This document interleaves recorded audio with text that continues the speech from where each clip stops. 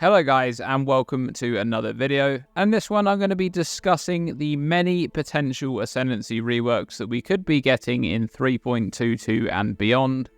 And I think this became a much more interesting topic following the reworks in 3.21, which included some unexpected changes to the Pathfinder and Saboteur. And I think the main reasons these were so unexpected is because there is a whole line of Ascendancies that deserved reworks before these ones did. But the changes themselves align in a big way with some of the comments made by developers during the 2019 Exile Con, when they said that old Ascendancies would essentially require rebalances to bring them to a similar level as the new Path of Exile 2 Ascendancies. And we know that the Path of Exile 2 Ascendancies will have a focus on granting just 1 or 2 impactful stats on each notable, which is something we can already see coming through on the reworked Pathfinder and Saboteur.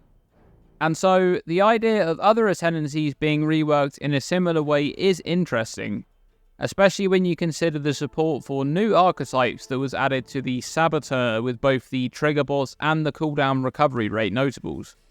And I do think that most, if not all of the Ascendancies will receive changes in some form prior to Path of Exile 2. Now, I think all bets are off when it comes to trying to guess which of the Ascendancies will be reworked next. We know which ones really need it first, but with the Pathfinder and Saboteur being changed before stuff like the Gladiator and Assassin, well, who knows what's next? So I'm going to talk a bit about each of the other Ascendancies, and I'll split this video up into a few separate ones to cover each of the classes. Let's start off with some of the Ascendancies that probably need the changes first. And let's start off with Guardian. Now, this is a Templar Ascendancy, and Guardian is largely more favourable in hardcore leagues due to the defensive nature of the class. And these leagues is typically one of the average popularity Ascendancies, sitting around the middle of the pack when it comes to the play rate of classes. But in non-hardcore leagues, it's been largely unpopular ever since the changes to mana reservation efficiency and aura stacking characters in general. The Guardian's kit is mostly made up of stats which buff nearby allies, which makes it a decent option for many minion builds, and a good option as a support character in groups. But the kit is quite bland, and it really lacks any kind of interesting stats, other than the Radiant Faith notable, which provides armor based on reserved life and energy shield based on reserved mana. Guardian is the faster class when compared to Necromancer for minion builds, but it's usually outclassed on endgame builds by the Necromancer. So what could a Guardian rework look like, and what new archetypes could a reworked Guardian Ascendancy support? One skill type that I feel is extremely underrepresented on both Ascendancies and on the passive tree is Herald abilities. And I think support for the Herald archetype would have no better home than on the Guardian. Interesting ways to augment Herald skills, such as things that we already have access to on items like Storm Secret or the Coming Calamity, would provide new avenues to explore in regards to builds using Heralds as main abilities. And what about Time of Need's reduced curse effect?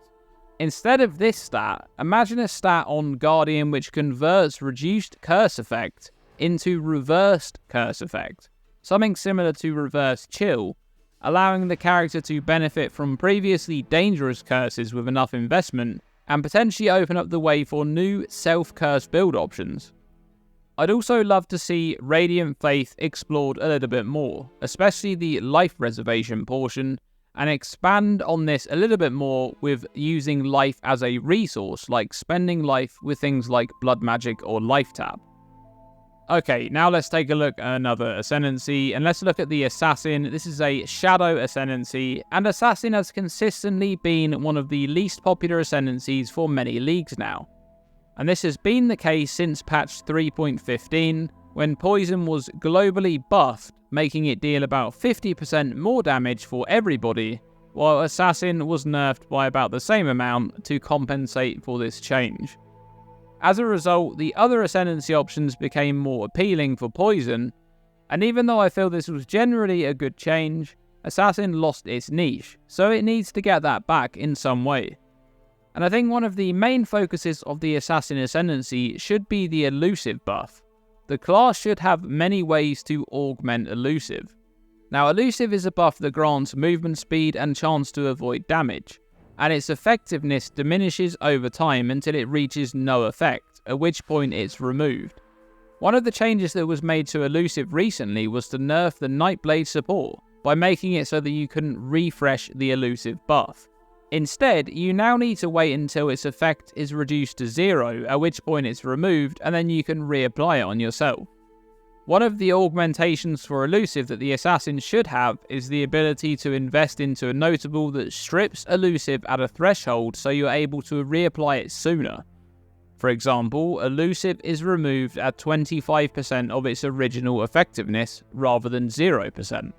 This would go a long way in improving Assassin's defense, whilst also buffing the usage of things like Nightblade, specifically on the Assassin Ascendancy. I'd also love to see ways to change exactly what bonuses the Elusive buff provides, with additional stats like attack and cast speed. And I think the Assassin should have support for all critical ailments, not just poison. This is an archetype which really deserves to be explored further, and I think things like crit bleeds and crit ignite should be supported in some way on this Ascendancy too. Alright, let's move on to the Chieftain Ascendancy. This is a Marauder Ascendancy, and this one is also consistently in the bottom 3 or 4 Ascendancies in popularity each league, and has been for quite a while. And I do feel that this has a lot to do with the general state of melee right now, but I do think that Chieftain's kit could do with some updates. Especially as a lot of the stats are available to other classes through unique items and in other places. So let's start with the Tassadio Notable, and this is the one that's taken almost universally on all Chieftain builds. This Notable is in a good place, I just think it needs one change, and that's the physical damage taken as fire stat. This shouldn't be limited to hits in the current Path of Exile, it should also work for damage over time, just like Cloak of Flame and Dawnbreaker. With that change, this Notable would be great.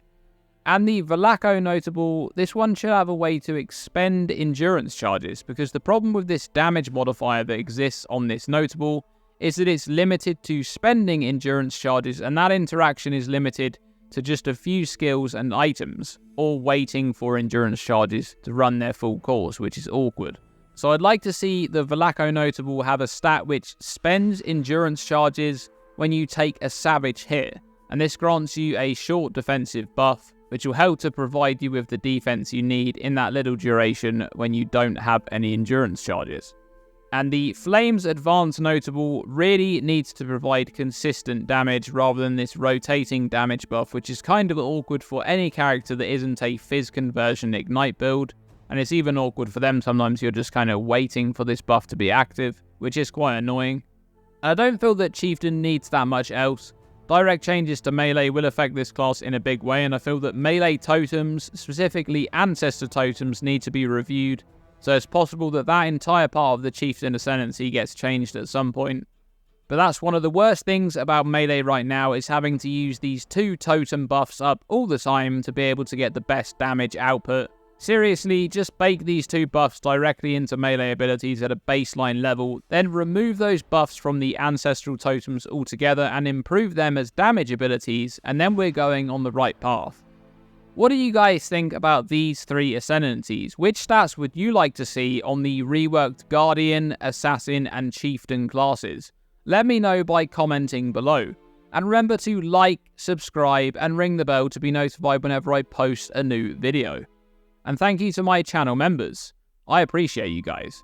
Click the join button below to find out how you can support the growth of this channel. And stick around for more videos on this topic soon. Thanks for watching, and as always, stay tuned and stay safe.